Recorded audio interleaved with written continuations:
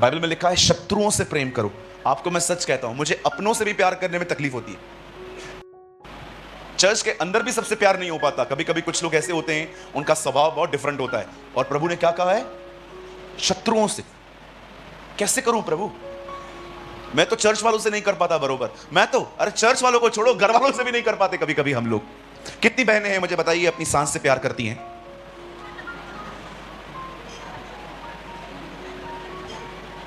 नाम मत लो उसका।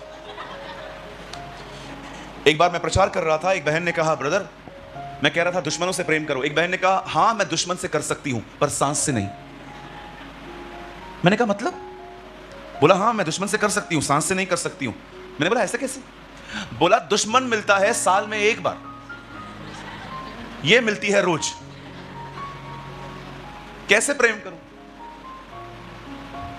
दुश्मन साल में एक बार मिलता है, सांस रोज मिलती है। बोलती है मैं दुश्मन से कर सकती हूं, सांस से नहीं कर सकती। यीशु ने एक बार कहा अपने दुश्मनों से प्रेम करो, और उसके बाद यीशु ने कहा मनुष्य के दुश्मन उसके घर के लोग ही। Read it.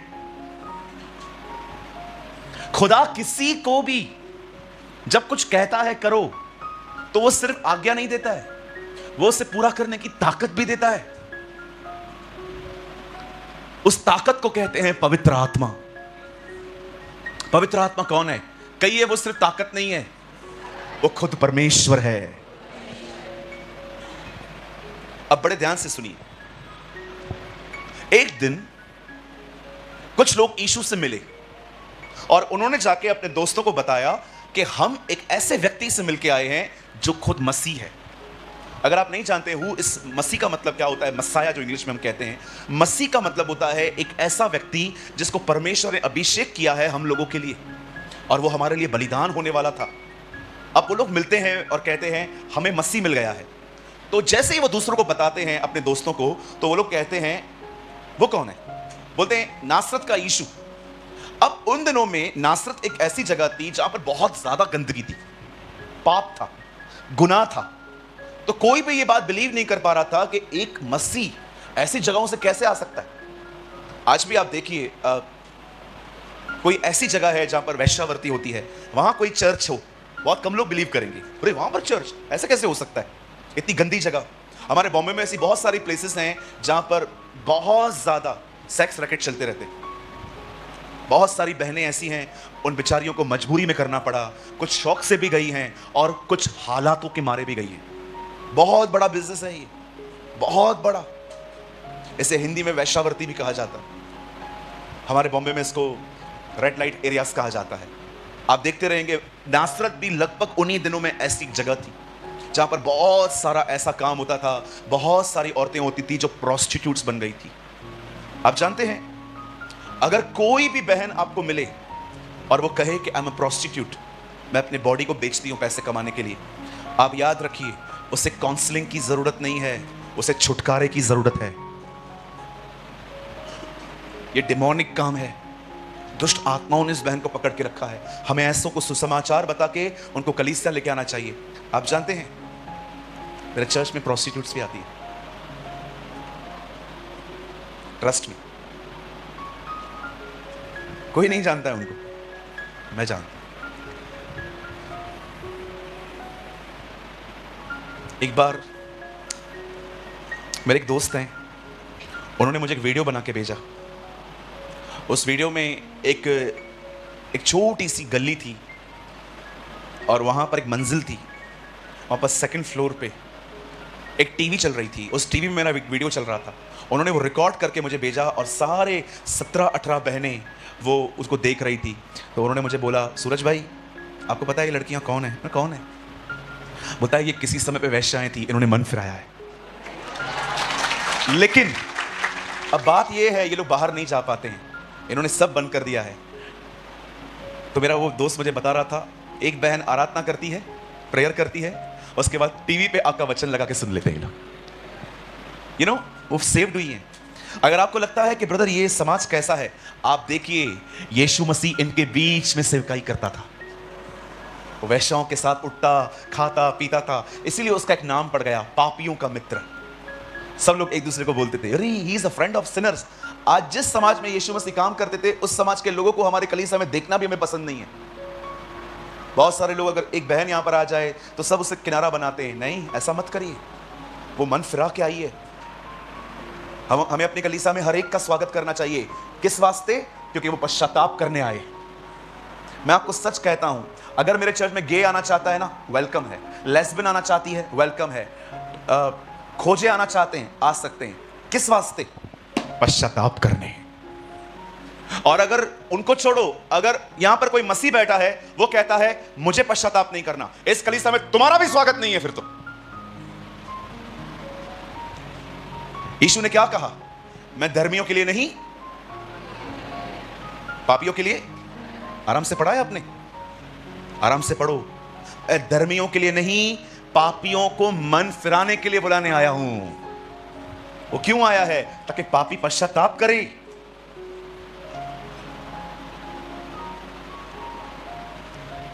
हमारा खुदा उनका खुदा है जिनको दुनिया पूछती भी नहीं, है ना? He is a God of rejected people. वो ऐसे लोगों से मिलता था जिनको दुनिया। मैं आपको कहना चाहता हूं मेरे भाई, मेरी बहन, अगर आप ऐसे हैं जिसको लोग इज्जत नहीं करते हैं, विश्वास करो, तुम्हारा परमेश्वर तुम्हारा आदर करता है।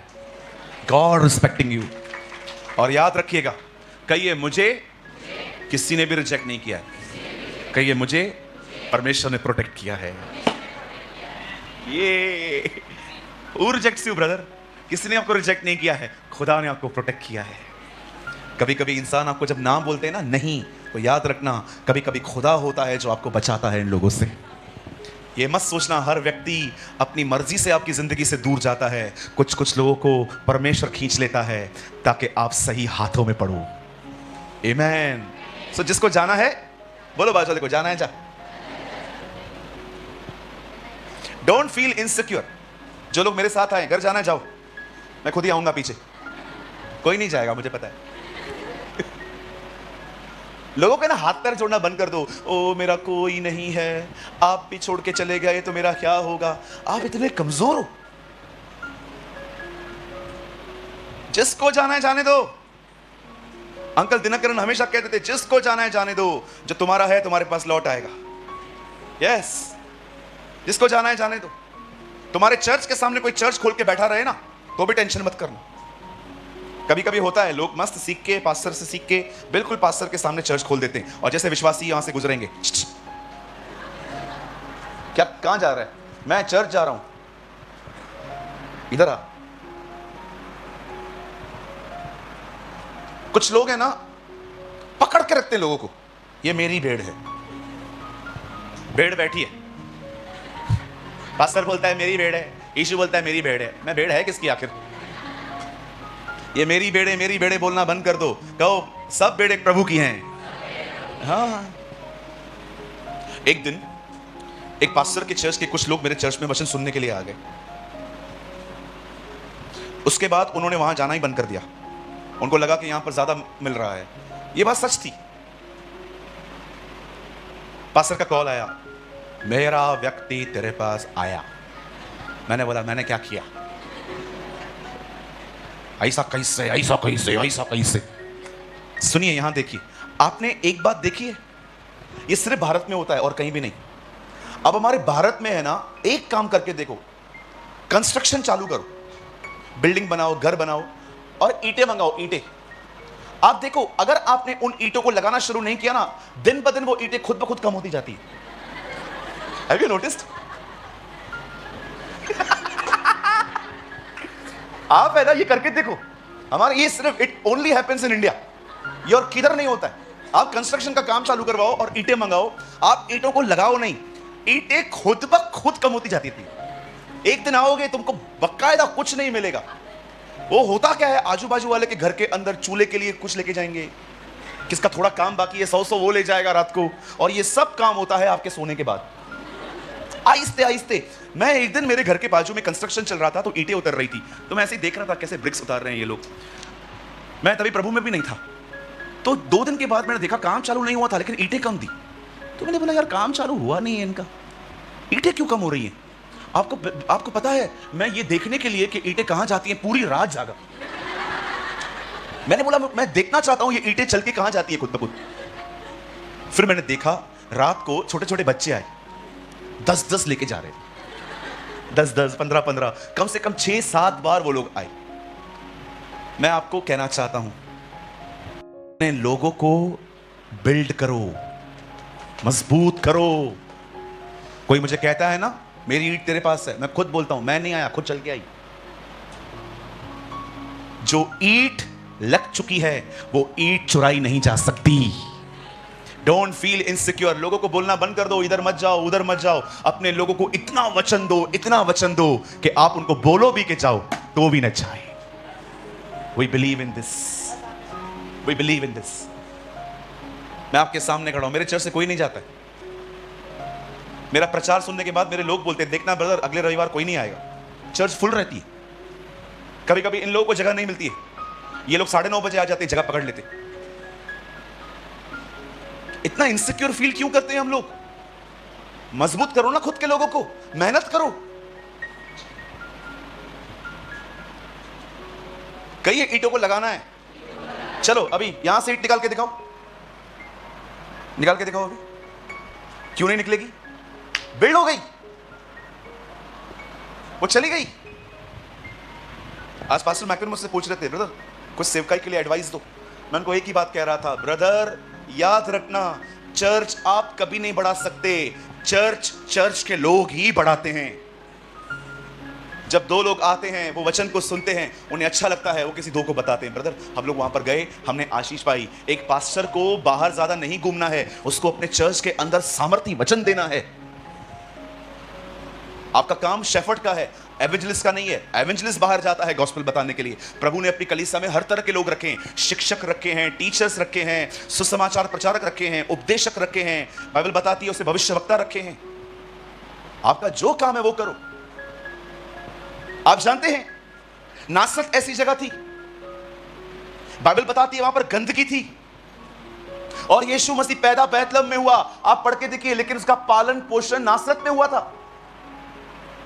क्यों परमेश्वर ने अपने बेटे को वहां रखा? Think about this. हम कहते हैं ना बहुत पाप है बाहर, हम तो कंट्रोल नहीं कर पाते। यीशु हमारी तरह था, वो पहाड़ों पे जाके नंगा नहीं बैठ गया, ओ मैं सब मोह माया छोड़ के बैठा हूं। अरे ऊपर कौन तंग करने आएगा? नीचे उतरना। हमारा खुदा पहाड़ पे नहीं बैठा था, वो लोगों के बीच में रह के पवित्र बना था। जीसस वाज नॉट लाइक अ सन्यासी, कपड़े उतार के ऊपर बैठ गया आराम से, मैं सब छोड़ चुका हूं। अरे ऊपर क्यों बैठा हुआ है? ऊपर तुझे तंग करने कौन आएगा? नीचे आ, लोगों से डील कर तो पता चले तेरे अंदर क्या है। हमारा खुदा ऐसा नहीं था, वो पापियों के बीच में रह के पवित्र था। That's more important. अब बड़े ध्यान से सुनिए, मुझे सिर्फ 15 मिनट चाहिए। एक समय था जब परमेश्वर इजराइल के लोगों को, बाइबल बताती है, मिस्र से कनान ले जा रहा था। आप जानते हो परमेश्वर ने जब उन्हें कहा कि तुम कनान जाओ, तो परमेश्वर ने उन्हें एक आज्ञा दी थी, और वो आज्ञा थी, परमेश्वर ने उन्हें कहा जैसे तुम वहां पर जाओ, उन जातियों को जो तुमसे पहले वहां रहती हैं उन्हें निकालो। तुम्हें उनके बीच में नहीं रहना है। आप सभी जानते होंगे, मूसा जब कनान के बॉर्डर पे पहुंचा, उसने 12 लोगों को अलग किया, कहा जाओ पूरा देश देख कर आओ। सब लोग देख कर आए। 2 ने कहा हम जाएंगे, हम लड़ेंगे, लेकिन 10 ने कहा हमसे नहीं होगा। आप जानते हैं क्यों परमेश्वर ने उन्हें ऐसा कहा कि जब तुम उस नगर में जाओ तो तुम्हें वहां पर तुमसे पहले जो लोग रहते हैं उनको बाहर निकालना है। 2 साल लग गए थे उनको। 2 साल के बाद भी कुछ लोगों को अपनी जमीन नहीं मिली थी वहां पर। क्यों परमेश्वर ने निकलते समय उन्हें पूरा मिस्र उनके सामने तबाह कर दिया था? क्योंकि परमेश्वर जानता था इन लोगों को लड़ाई करनी है आगे चल के, और परमेश्वर फिरौन पर विपत्तियां डाल के फिरौन को नहीं, अपनी प्रजा को दिखा रहा था कि मैं कौन हूं, और मैं फिरौन के मन को कठोर कर दूंगा, इससे तुम जान लोगे कि मैं यहोवा हूं। परमेश्वर क्यों अंधकार में पूरे मिस्र को तबाह कर रहा था? वो अपने लोगों को दिखा रहा था कि देखो मैं तुम्हारा परमेश्वर हूं। क्यों परमेश्वर उनको चमत्कार दिखा रहा था, ताकत दिखा रहा था? क्योंकि परमेश्वर उनको भविष्य के लिए तैयार कर रहा था। लेकिन जब उनके सामने कनान आया, परमेश्वर ने क्या कहा? जाओ अंदर, जिसकी प्रतिज्ञा मैंने इब्राहिम से की है, जाओ तुम उसके उत्तराधिकारी हो जाओ, उसको अथॉरिटी में ले लो। मैं क्या बोलना चाहता हूं सुनिए। क्यों परमेश्वर ने उन्हें कहा उन सबको बाहर निकालो, तुम्हें उनके बीच में नहीं रहना है? जानते हो क्यों? क्योंकि परमेश्वर जानता था अगर ये लोग इनके बीच में रहेंगे ये भी इनकी तरह बन जाएंगे। आज भी आप देखो हमारे कलीसिया के अंदर बहुत लोग हैं जो दुनिया से निकल के यहां आए हैं, पर आज भी दुनिया उनमें भरी पड़ी है। They are full of with world. वचन भी नहीं सुनते कभी, ये लोग बैठे रहेंगे यहां वहां वहां यहां देखते रहेंगे, वचन जाता ही नहीं है। क्यों? दुनिया भरी पड़ी है। इनका लक्ष्य है पैसा, बड़ा घर, सेविंग्स, फंड्स, ये वो। आप देखो, नो डिजायर फॉर जीसस। आज आप देखिए कितने सारे लोग हैं हमारे कलीसिया के अंदर। आप मीटिंग के बाद यहां पर बहुत लोग एक्टिंग करते हैं, यहां पर आएंगे, oh shalom, praise the lord, hallelujah, जय मसीह, all type of religious words हम यूज करते हैं, लेकिन उनका रियल लाइफ देखो उनके घर में बहुत अलग है। क्यों परमेश्वर ने कहा उन्हें कि तुम इनको निकालो? क्योंकि खुदा जानता था ये लोग इनके बीच में इनकी तरह हो जाएंगे। क्यों परमेश्वर ने उन्हें कहा इन्हें निकालो? क्योंकि परमेश्वर जानता था इज़राइल को पवित्र आत्मा नहीं है, दुनिया इनके ऊपर प्रभाव डालेगी। आप देखिए आज हम एक ऐसे दिनों में रह रहे हैं जहां पर विश्वासी लोग अविश्वासियों से शादियां कर रहे हैं। आपको पता है, Christians are marrying with non Christians. चलता है, बोलते चलता है। आज मैं आपको बताना चाहता हूं, बहुत सारे मसीह लोग हैं ब्याज पे पैसा चलाते हैं, ब्याज पे। आज भी आप देखिए, मैं नॉन क्रिश्चियंस की बात नहीं कर रहा हूं, I am speaking about Christians. Church में है पर दुनिया भरी पड़ी है। आप कुछ लोगों को देखो 10-10 साल से प्रभु में है, एक बाइबल का वचन याद नहीं है उनको, उन्होंने बाइबल खोला ही नहीं है। वो आते हैं क्योंकि पास्टर चर्च के बाद घर पे आता है खाना खाने के लिए। दोस्तियां यारियां चल रही हैं। जिस दिन पास्टर ने तुम्हारे साथ दोस्ती तोड़ दी, तुम्हारा चर्च भी बंद हो जाएगा। मैं एक भाई से मिला, मैंने उनको बोला कैसे हो? ओ ब्रदर मैं बहुत अच्छा हूं। और प्रभु में बढ़ रहे हो? हाँ हाँ बढ़ रहा हूं। बताओ कुछ वचन। बढ़ रहा हूं, कुछ वचन तो बताओ। बढ़ रहा हूं। अरे कुछ वचन तो बताओ। मैंने सोचा इसके अंदर वचन है नहीं, ये बढ़ कैसे रहा है? बाद में मालूम पड़ा हर संडे पास्टर चर्च के बाद इसके घर में खाना खाने जाता है। दोस्ती यारियों में बढ़ रहे हैं। मतलब कल अगर पास्टर ने कहा मैं खाना खाने नहीं आऊंगा, तुम तो चर्च ही छोड़ दोगे। ये उन्नति है? That is not growth. मैं किसी के घर पे खाना खाने नहीं जाता है। 6 महीने 8 महीने में एक बार मैं सिर्फ और सिर्फ लोगों के पास तब जाता हूं जब मुझे पता चलता है ये प्रॉब्लम में है। शादी, पार्टी, फंक्शन मैं नहीं जाता हूं, दिनेश जाता है। सब के पास उसको भेजता हूं, जा खुशियों में तू जा इनके साथ, मैं इनके दुखों में खड़ा हो जाऊंगा। मेरे चर्च में एक पास्टर है दिनेश, आप भी जानते होंगे कुछ लोग, कई बार वो मीटिंग भी लेते हैं, फेसबुक पे लाइव आते हैं, मेरे पीछे वो वचन का प्रचार करता है। शादी होती है, पार्टी होती है, फंक्शन होते हैं, मैं किधर नहीं जाता हूं, वो जाता है, वो अटेंड करता है, वो रिप्रेजेंटेटिव की तरह जाता है कि मैं पास्टर प्रेमानी की तरफ से आया हूं। नहीं जाता हूं मैं, मेरे पास तो टाइम ही नहीं है। लेकिन जब मुझे पता चलता है कि चर्च का कोई बंदा बीमार है, प्रॉब्लम में है, मैं खुद उनको कॉल करके बात करता हूं, ब्रदर आप ठीक हो? हम हैं आपके साथ, आप चिंता मत करो, हम दुआ भी कर रहे हैं आपके लिए, हम आपके साथ खड़े हैं। एटलीस्ट मैं उन दिनों में उनको इंकरेज करता हूं। कहिए अपने बाजू वाले को, दोस्तियां मत निभाओ। वो भी जा रहा है इसलिए मैं भी जाऊंगा। मतलब जिस दिन वो बंद हो गया, अरे पास्टर वो भाई क्यों नहीं आता? मैंने एक बार किसी से पूछा था, नहीं ब्रदर वो नहीं आता है। रीजन, वो जिसके साथ घूमता था ना वो चर्च चेंज कर दिया, अब ये भी वहीं जाता है। कैसे मूर्ख लोग हैं हमारे पास, how foolish people we have. इतने सालों से हम खुदा में हैं, हमको ये नहीं पता है कि हमारी बुनियाद दोस्ती नहीं, हमारी बुनियाद परमेश्वर का वचन होना चाहिए। इवन मैं आपको बताना चाहता हूं, अगर आप इसलिए इस चर्च में आए हो क्योंकि आपके लाइफ में चमत्कार हुआ है, पर आप वचन नहीं पढ़ते हो, एक दिन प्रभु चमत्कार नहीं करेगा, लिख के देता हूं, आप चले जाओगे। फिर आप बाजू में किसको ढूंढोगे? ओ उधर पास्टर सामर्थी है। एक दिन मेरे चर्च में एक पास्टर आए, तो मैंने चर्च को बोला आप लोग मिल लो इनसे, अच्छे हैं वो, मुझे पता है, ग्रीडी नहीं है, लालची नहीं है, वो मांगते नहीं है कुछ भी किसी से भी। तो मैंने सबको बोला आप इनसे मिल लो। तो एक बहन आई वहां पर मिलने उनसे, मैं बाजू में खड़ा हूं, मैं इंट्रोड्यूस करवा रहा हूं सबको, पास्टर जी ऐसे ये ऐसे ये ऐसे। एक बहन आई, उन्होंने पास्टर को बोला पास्टर मुझे टीबी है। क्या है? टीबी है। 2 साल से आ रही है चर्च में, मुझे नहीं पता है। पास्टर ने प्रार्थना की तो जैसे जा रही थी मैंने बोला, दीदी दीदी एक मिनट रुको ना, मुझे काम है आपसे। वो रुकी। मैंने बाद में बोला, आपको टीवी है, 2 साल से आप आ रहे हो, आपने मुझे कभी बताया नहीं है। तो मेरे को बोलती है, आप टीवी ठीक कर सकते हो क्या? मैंने बोला मतलब? कुछ लोगों को लगता है लोकल पास्टर मतलब सर्दी जुकाम खांसी, बाहर का पास्टर मतलब टीबी कैंसर एचआईवी। मतलब हमारा जो पास्टर है ना, उसको प्रभु ने सिर्फ बुखार और जुकाम ठीक करने का अभिषेक दिया है, लेकिन जो बाहर से वक्ता आता है ना, इनको बताना चाहिए मेरे को उस पर क्या क्या बीमारी है। कई लोग लोकल पास्टर को कुछ नहीं बताते। मैंने बोला टीबी है आपको? हाँ। बताया नहीं है। उसको लगा मैं सर्दी जुकाम खांसी वाला है। मतलब सर्दी जुकाम खांसी होती है तो लोकल पास्टर के पास जाओ, लेकिन अगर एचआईवी है, कोविड है, ये है, तो किसी बड़े पापा के पास जाओ और उसके पास बोलो, पापा जी और मम्मी जी हाथ रख दो। अरे हाथ रखूं, पैर रखूं, पूरा आ जाऊं, कुछ नहीं होगा।